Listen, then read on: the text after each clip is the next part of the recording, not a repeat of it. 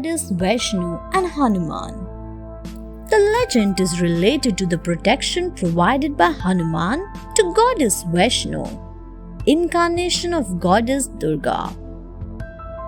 Once, goddess Vishnu, in the form of air, flew towards Trikuta hill. Bhairavnath, an evil person, also followed her. While Vishnu was flying towards Trikuta hill, Hanuman flew with her to protect her from Bhairav. Goddess Vishnu entered a cave in Trikuta hill and started meditating. The meditation continued for 9 long months. Hanuman sat at the entrance of the cave and guarded it to protect the goddess.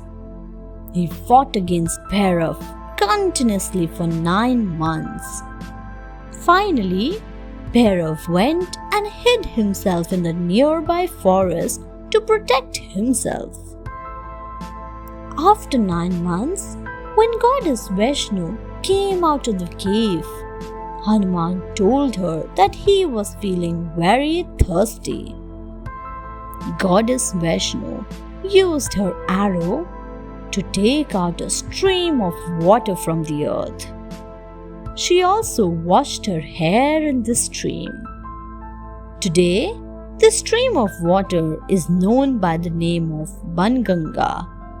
Taking a bath in this holy river is believed to remove all the problems of devotees. Hanuman, a symbol of devotion. Hanuman's devotion for Lord Ram is supreme. Hanuman is a symbol of power and devotion. He played a very crucial role in the liberation of Sita with the help of his immense powers and helped Lord Ram to kill the demon king Ravan. Devotees of Ram say that Hanuman acts as a savior for those who truly worship Lord Ram. His character inspires us for pure devotion and complete surrender to God. Hanuman was born as a manifestation of Lord Shiv and became a great devotee of Lord Ram.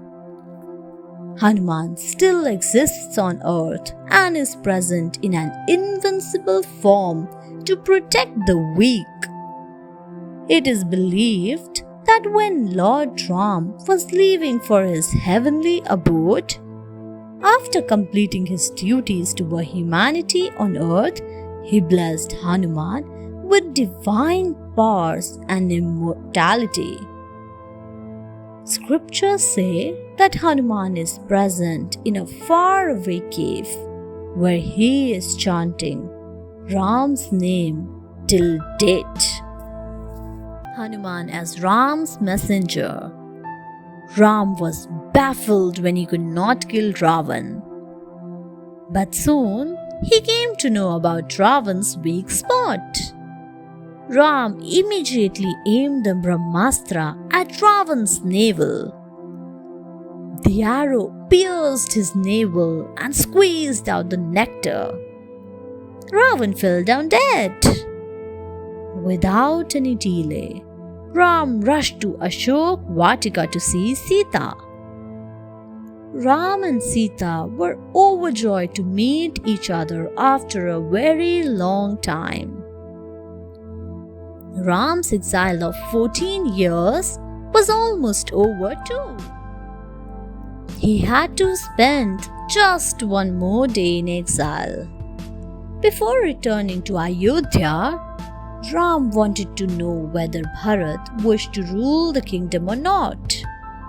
So, he asked Hanuman to disguise himself and inform Bharat about his return.